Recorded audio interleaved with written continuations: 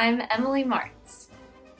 Welcome to Wyzant Under 5, a series featuring tutors like me doing what tutors do best, fitting a ton of learning into a short hour.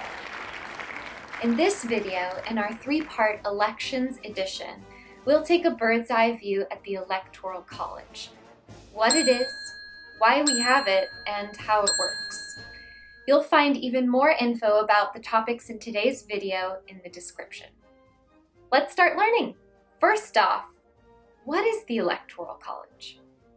Established in Article 2, Section 1 of the U.S. Constitution, the Electoral College is the formal body which elects the President of the United States.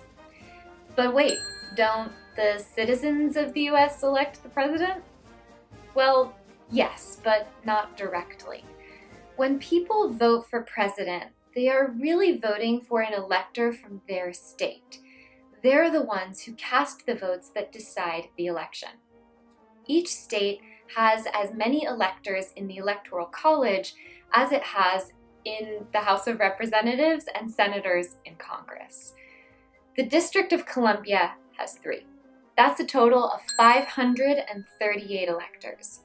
Each one casts a vote, and those votes are tallied to get the result of an election. A presidential nominee only needs half plus 1, or 270 electoral votes, to win. So, do those electors have to vote a certain way? It depends on the state. In some, there are laws requiring that electors vote the same as the people who voted for them. Most of the time, they vote as expected, but in rare cases have changed their vote and voted for a different candidate than the people who voted for them. A faithless elector is someone who casts their electoral vote for someone other than the candidate they pledged to elect. It's happened 157 times in U.S. history. The most popular question about the Electoral College is, why is this how we vote? When the U.S. was founded in the late 18th century, a national presidential campaign like we know today was virtually impossible. The country was just too big, and also no computers or cell phones. Accurately figuring out the popular vote would have been a monumental undertaking.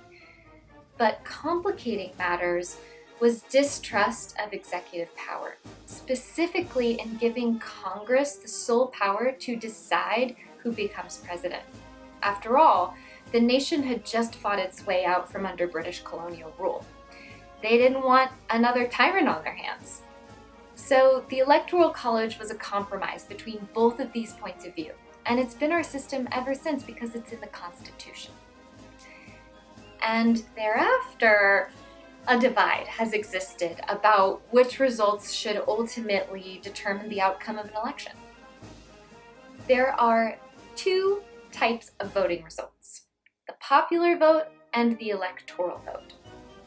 The popular vote is the total number of votes cast for a candidate by voters in all 50 states. The electoral vote is what it sounds like: the votes cast for a candidate by each state's electors.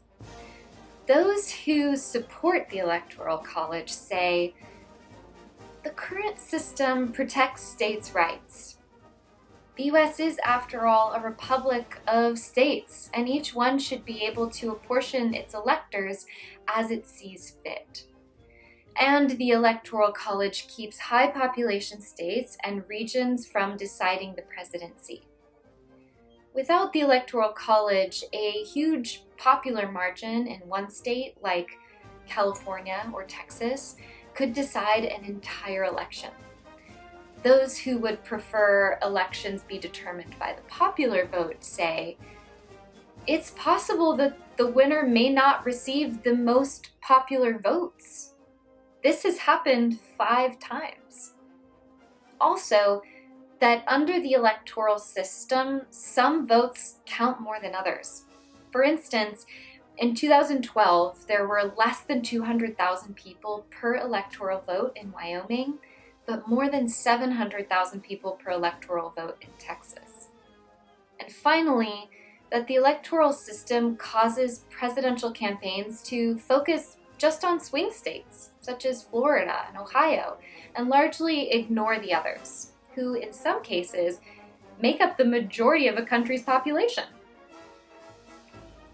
The Electoral College has actually been changed 3 times via the 12th, 20th, and 23rd Amendments. It would take another to do away with the system altogether. And that's the Electoral College explained in under 5 minutes.